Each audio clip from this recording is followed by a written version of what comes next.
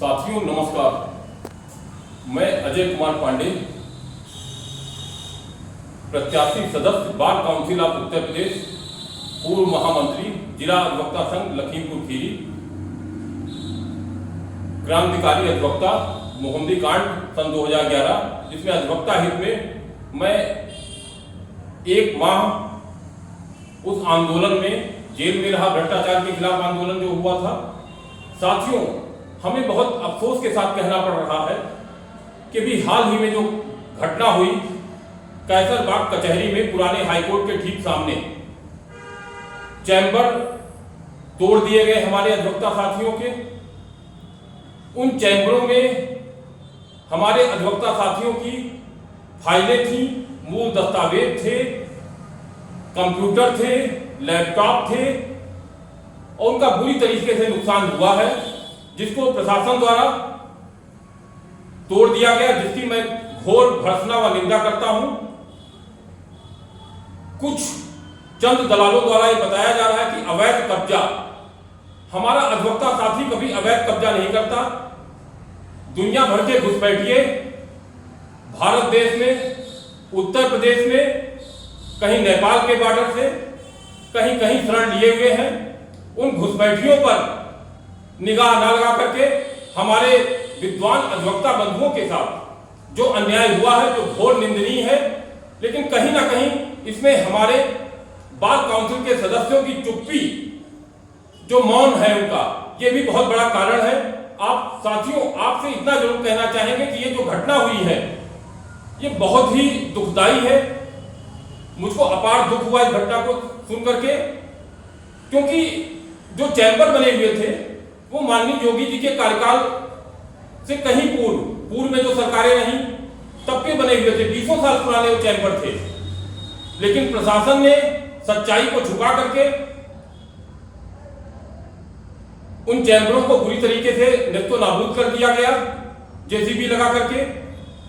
मेरा मानवाधिकार सुरक्षा समिति, जो एक सामाजिक संगठन है, उसके माध्यम से शासन से ये मांग है कि हमारे जो अधिवक्ता बंधुओं के चैम्बर तोड़े गए हैं उनको 10-10 लाख मुआवजा दिलाया जाए, क्योंकि उनको अपार क्षति हुई है। और साथ ही साथ मेरा एक ये भी निवेदन है कि बार काउंसिल ऑफ इंडिया और bar council of Uttar Pradesh जब अधिवक्ताओं के लिए कॉलेज खोल रही है, बराबर अधिवक्ता वहां से क्वालिफाइड निकल रहा है, तो उनके बैठने का इंतजाम करना किसकी जिम्मेदारी है?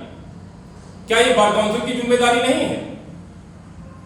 बार और बेंच न्याय के 2 पहिए हैं, बिना बार के न्याय भी अधूरा है।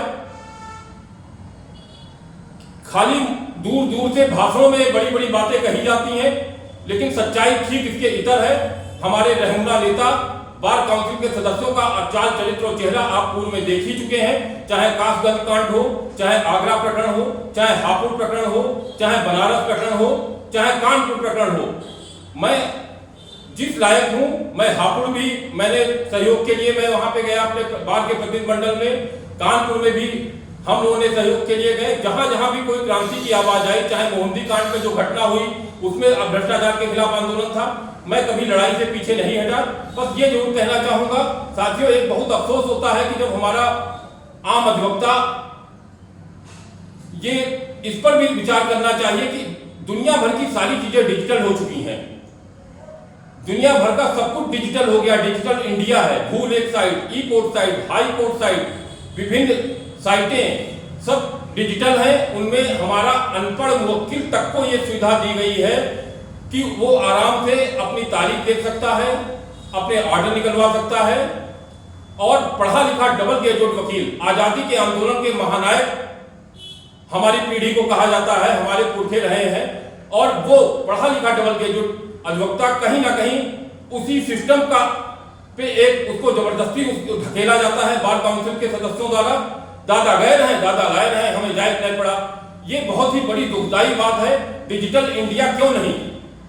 कहीं ना कहीं ये आप क्या चाहते हैं? हमको गुलाम बनाने की साजिश रच रहे हैं। लेकिन अब अधिवक्ता समाज जाग चुका है।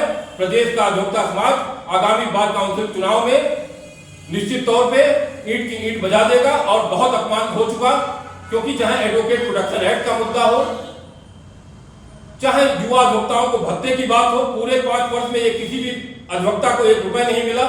सीनियर वकीलों के पेंशन की बात हो, वहां पर वहां हमारे अधिवक्ताओं के रहनुमा चुप्पी साधे रहते हैं।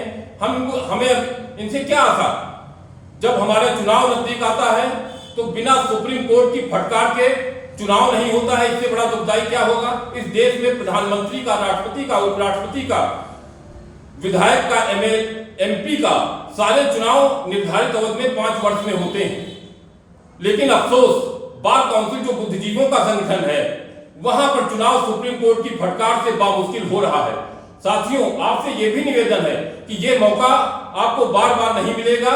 इसलिए आपसे निवेदन है कि इस चुनाव में आप नए प्रत्याशियों पर भरोसा जताएं। जब तक उनको आप प्रतिभा का मौका नहीं देंगे, तब तक वो अपनी प्रतिभा कैसे दिखाएंगे?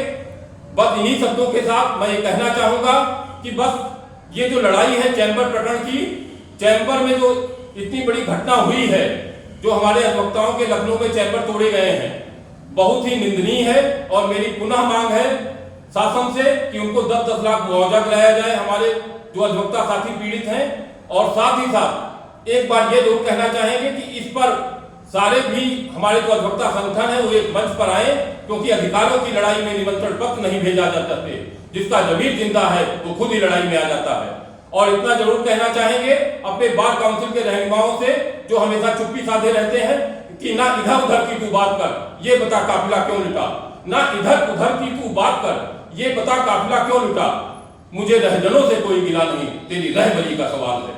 धन्यवाद। जय अधिवक्ता समाज। आशा है कि आप सभी मुझे प्रथम वरीयता का मत देकर आने वाले चुनाव में नए लोगों को अवसर देंगे। जय हिंद, जय अधिवक्ता समाज। धन्यवाद।